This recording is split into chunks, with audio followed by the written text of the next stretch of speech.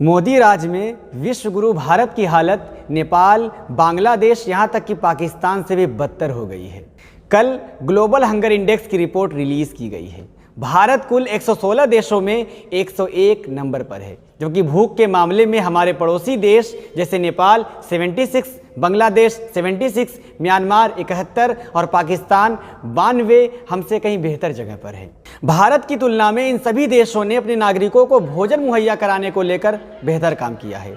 मोदी राज में हमारी यानी भारतीयों की हालत बद से बदतर की तरफ बढ़ रही है। साल 2014 के ग्लोबल हंगर इंडेक्स की रैंकिंग में भारत 55वें पायदान पर था, लेकिन 2014 में केंद्र में प्रधानमंत्री मोदी की अगुवाई में सरकार बनने के बाद भारत की रैंकिंग में लगातार गिरावट दर्ज की गई। ग्लोबल हंगर इंडेक्स के मुताबिक 2015 में भारत 55वें नंबर से फिसलकर 80वें पायदान पर पहुंच गया। वहीं 2016 में 97 और 2017 में 100 नंबर पर पहुंच गया। 2018 में 103 नंबर पर था और 2019 में 102 नंबर पर भारत आ गया। और पिछले साल 2020 में भी भारत 107 देशों में 94वें स्थान पर था। इस साल वो 116 देशों में 101 नंबर पर है। लगातार पिछले 7 सालों में इसी तरह से भारत की रैंकिंग गिर रही है, लेकिन इसके बावजूद न तो मोदी सरकार को शर्मा रही है और न उसका बखान करने वाली मीडिया को।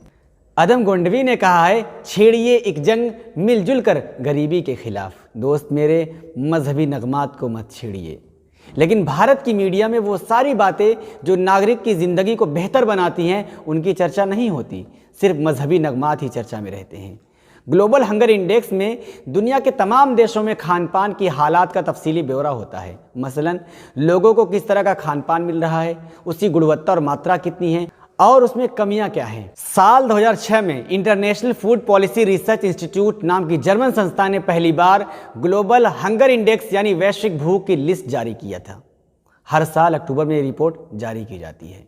ग्लोबल इंडेक्स स्कोर ज़्यादा होने का मतलब है उस देश में भूख की समस्या ज़्यादा है।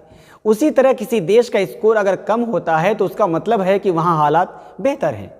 ग्लोबल हंगर इंडेक्स को नापने के 4 अहम पैमाने हैं: कुपोषण, बच्चों में भयंकर कुपोषण, बच्चों के विकास में रुकावट और बच्चों के मरने की शरह। मोदी जी का न्यू इंडिया इन चारों मोर्चों पर फेल साबित हुआ है। अगर सरकार कहती है कि हमने कोरोना काल में 80 करोड़ लोगों को अनाज दिया है, तो यह सब ग्लोबल हंगर इंडेक्स की रिपोर्ट में क्यों नहीं दिखाई देता? अदम गोंडवी ने यह भी लिखा है, उनका दावा मुफलिसी का मोर्चा सर हो गया, पर हकीकत यह है कि मौसम और बदतर हो गया। यही है नए भारत की उज्ज्वल तस्वीर। इसी तरह पर्दे के पीछे का सच जानने के लिए देखते रहिए NIN। नई आवाज़, नई परवाज़।